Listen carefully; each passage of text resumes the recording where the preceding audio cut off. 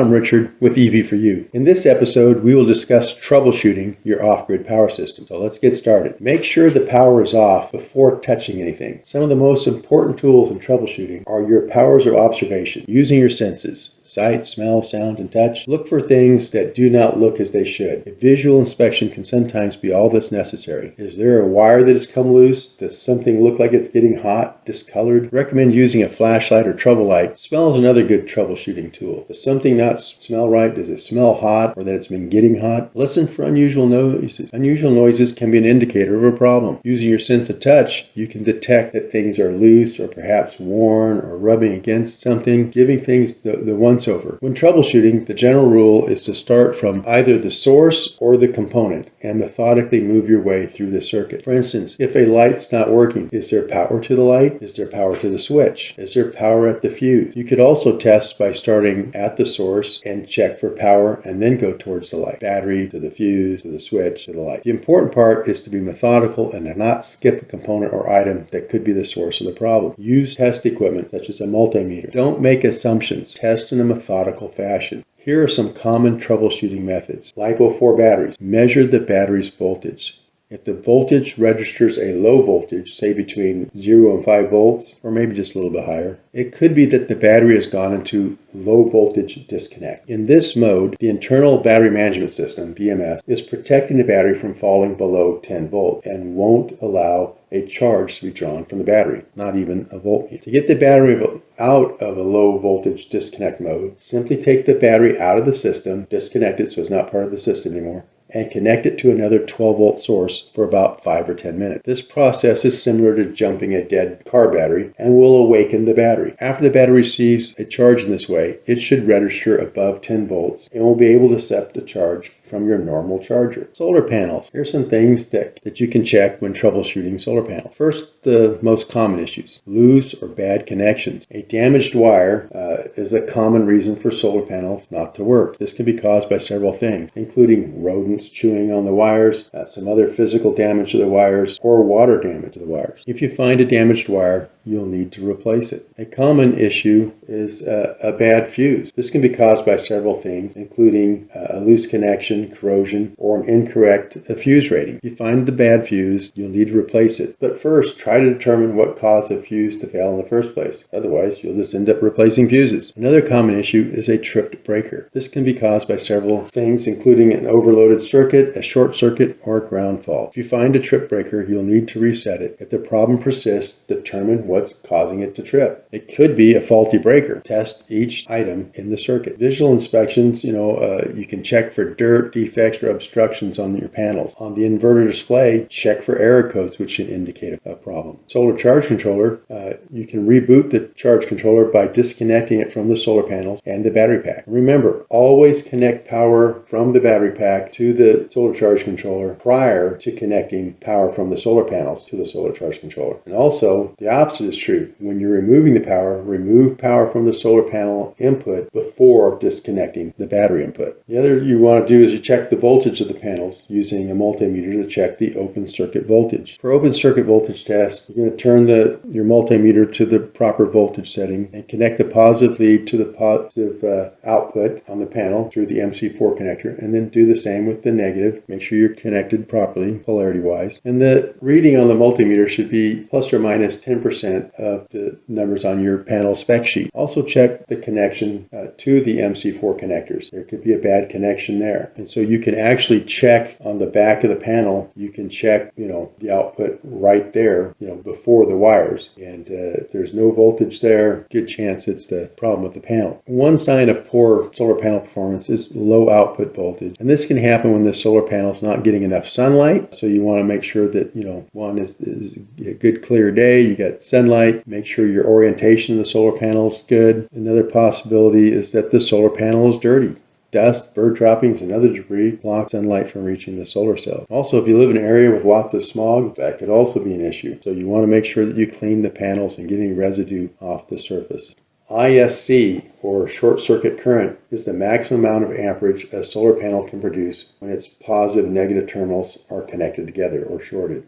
ISC can be measured by connecting the panels terminals to each other through an ammeter in series. Don't just short them out. Got to have the meter in there in series. Combiner box issues. You want to check the connections where the wires from the modules all come together and make sure that all those connections in the combiner box are good. Solar charge controller. First step to take when diagnosing a solar charge controller is confirming that all the connections are tight and secure. That's one of the things that you see a lot of, is that those terminals that they use will lose. That's why you should use a ferrule on the end of the wires, and periodically, especially in mobile applications, check to make sure that those connections are tight. You want to connect the controller to the battery pack and then to the solar array, like I mentioned before. Be sure to firmly tighten the controller terminal screws to ensure safe and secure connections. Once connections are verified, turn on the power and take a look at the controller's display or LED indicators, whatever the case may be, and check to make sure that the proper lights or the proper readings match what your controller's manuals say they should be. You may be able to determine an issue just by, a fault code. If there are no fault codes, we can begin the basic troubleshooting tests. Step 1, confirm battery pack connections by checking voltage readings at the battery pack terminals and at the solar charge controller's battery input terminal. So your readings between the battery pack and the readings at the solar charge controller should be almost identical. And if they're not, you have an issue in one of the wires. Next, we're going to confirm that the connections from the solar panel to the solar charge controller are good. And then we're going to read the input voltage and make sure that it's what it should be. The voltage reading should be,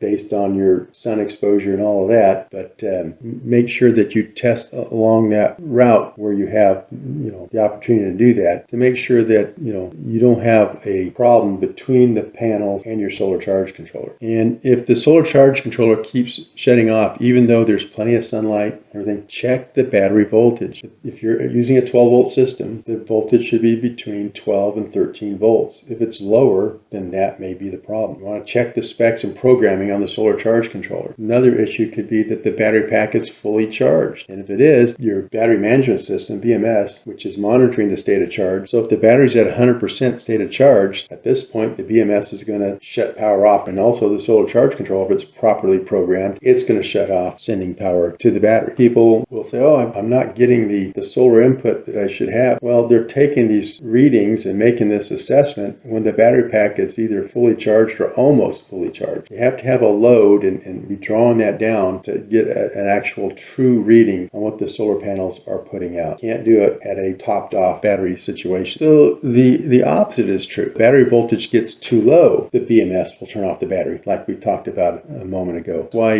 instrumentation is so important. We want to make sure that the voltage isn't too high, and we want to make sure that it's not too low, because both those conditions can cause things to shut down.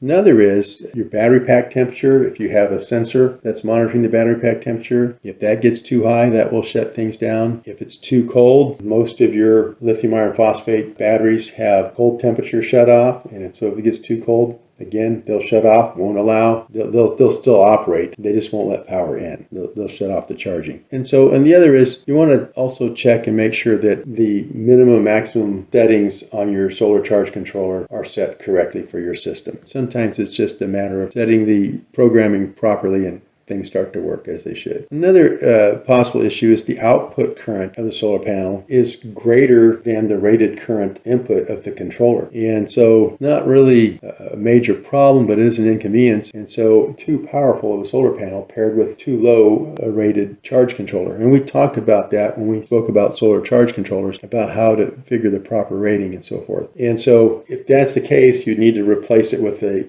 higher powered solar charge controller, or you can use two lesser powered ones in parallel. And we talked about using multiple solar charge controllers. There's other advantages using that method. We're using multiple solar charge controllers in parallel. Another issue could be that your output voltage from the solar panels is more than the maximum voltage limit of the solar charge controller. And we talked about that both, we talked about solar panels and solar charge controllers, about there's a maximum system voltage and there's a maximum input voltage to the solar charge controller. Typically anywhere from 140 to 250 volts depending on the controller used. And so if it's too high, the solar charge controller is going to shut down to protect itself. Now let's talk about power inverters, the battery powered inverter. Common issues and causes include the following. Power inverters not turning on as a common issue, and the switch is a common culprit. So if you have the skill and know-how, you can remove the switch and test it. On some inverters, you can bypass the main on-off switch by using the remote on-off switch. Again, under voltage protection, the battery voltage for a 12-volt system must be above 11 volts for most 12-volt inverters. If it's not going to come on. Check the inverter specs. Over voltage protection, the battery voltage must be below 15 volts, again, for most 12-volt inverters. And again, that's all going to be part of the information on your spec sheet. Test the voltage going in, with your multimeter to make sure that you're within the correct voltage operating range. Another issue could be overload protection. In other words, the output.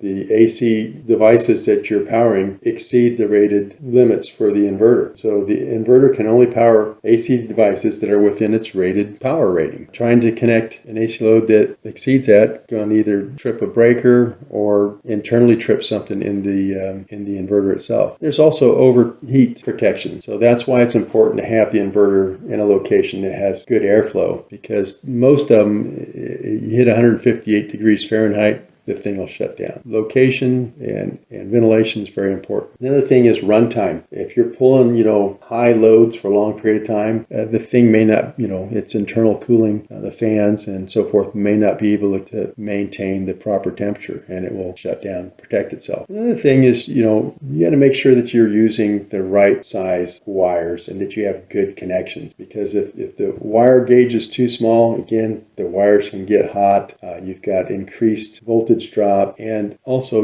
good connections.